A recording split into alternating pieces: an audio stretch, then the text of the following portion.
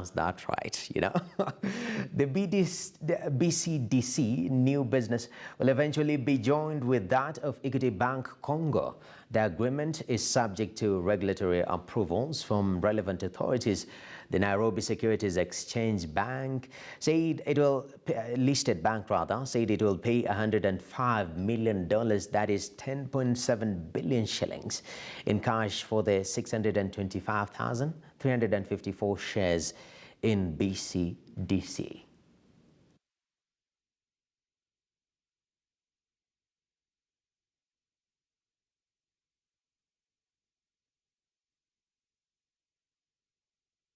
Okay, so Ken, the banking sector, acquisitions, mergers, we've seen that a lot in Kenya.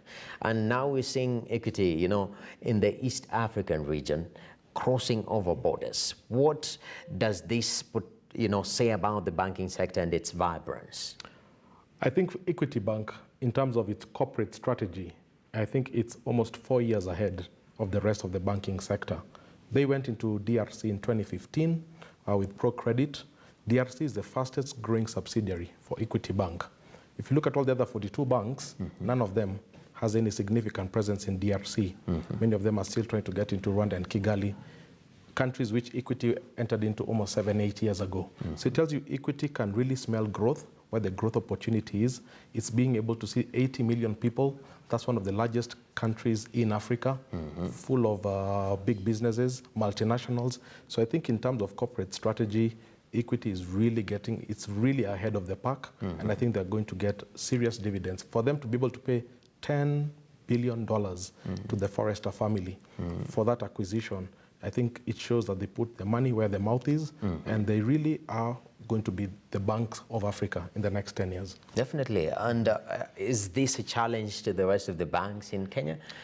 I think it's a big challenge. I mean, I think the challenge with most of the Kenyan banks, they think when you talk of regional, you only talk of our neighbors. Yes. Many of them are trying to knock on the door in Ethiopia, which is a big market, but it's fundamentally different because it's state-driven, there's a language barrier. It's a far more difficult market to enter into. DRC is a far more easier market, far less regulation, and Equity has been able to smell that opportunity. So I think it tells us that really, in terms of putting on their thinking cap, I think they are way ahead of the pack. Definitely. And now closing up our discussions, matters to do with Silverstone. We saw the Civil Aviation Authority, KCAA, lifting the suspension of Silverstone Air -8 aircraft fleet. We've seen a lot of incidents when it comes to Silverstone, but this particular, lifting of that particular ban or suspension, what should we expect in terms of aviation sector at large? I think it's a sigh of relief because Silverstone was quite innovative in terms of the new routes. Yes. They were the first ones to come up with the Wajir route. Obviously, the PR around what has happened in the last few months has really damaged them, and they've had to let go of a few pilots and a few cabin crew. I don't know if that was part of consequence management or it was just broader financial conditions.